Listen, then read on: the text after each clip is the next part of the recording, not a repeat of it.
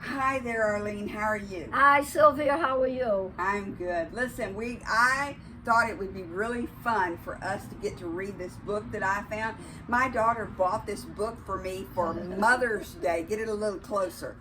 My daughter bought this book for me for Mother's Day a few years back, and I've been enjoying it. And I thought it would be interesting for us to share the book with you.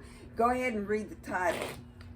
Mrs. Esther Levy's Jewish Cookery book on principles of economy, adapted for Jewish housekeepers with medicinal recipes and other valuable information relative to housekeeping and domestic management, and being the first Jewish cookbook published in America.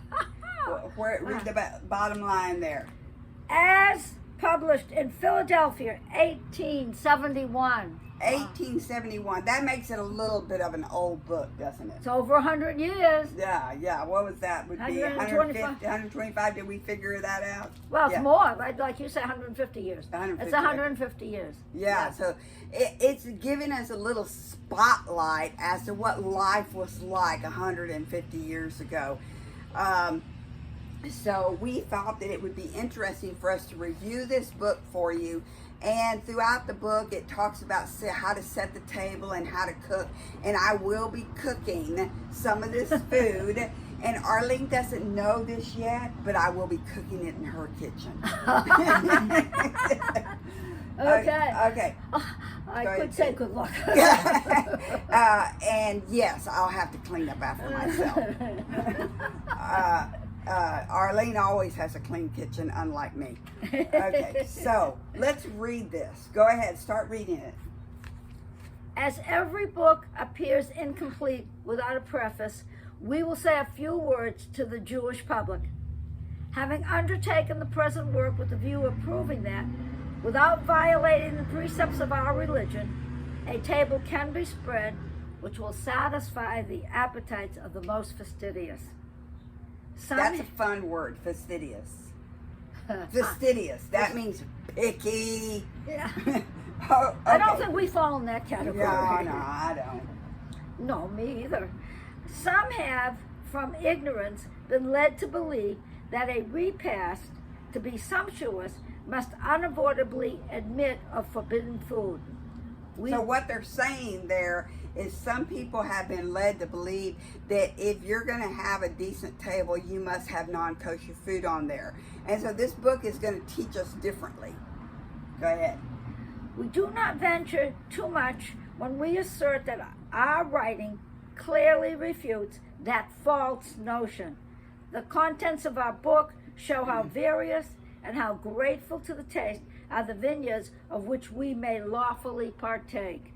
We submit it to the attention of our sisters in the faith. From the days of our mother Sarah, when her husband bid her make cakes for his celestial guests, Jewesses.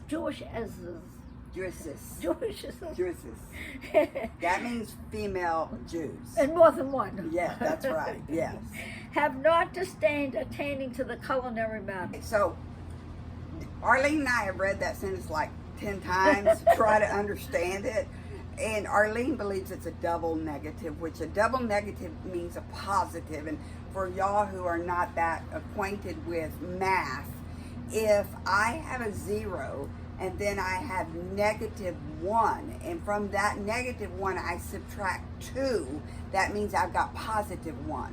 So a double negative means when you subtract, you become into the negative, and then when you have a double negative, you have to go into the next stage, which is a positive. Okay.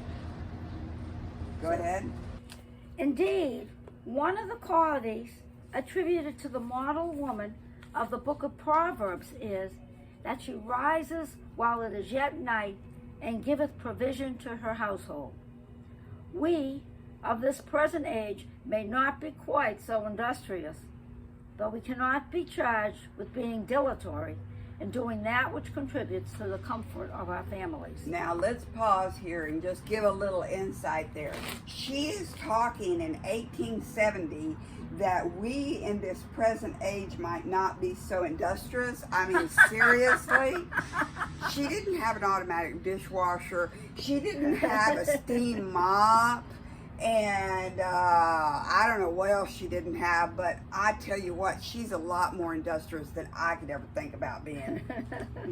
Go for it, Arlene. We're on that. That the ability to cook well and to present our ailment in different ways is calculated to preserve the health and to embrace the pleasures of home cannot possibly be denied. We have labored to further that most desirable object. And if together with the directions we have given in a material point of view, those also will be heeded which we have offered regarding the observance of some of our practices. We trust that our efforts will be rebound to the spiritual welfare of our co-religionists and secure for ourselves their kind of appropriation. Now, I looked up the word appropriation because it went way over my head. So appropriation means praise or approval. So when we're reading that, it goes like to the spiritual welfare of our co-religionists and secure for ourselves their kind of praise. So therefore, I'm looking for approval from people who believe like me. And so that was a very quick prelude. And we're going to go we're going to go into the introduction. And then later on, in a few days from now, we're going to go into how to set a table. I'm interested in knowing how did they set the table in 1870, because, you know, I don't know. I don't know. So it was very fun, Arlene, and we will be seeing you soon. And let's see here. I used to say to my husband, before he passed away, God bless his soul, I would say to him, and one more thing. And so we've got one more thing for you. So here we go. We got one more thing, and we will be getting back to you. Bye. Bye-bye.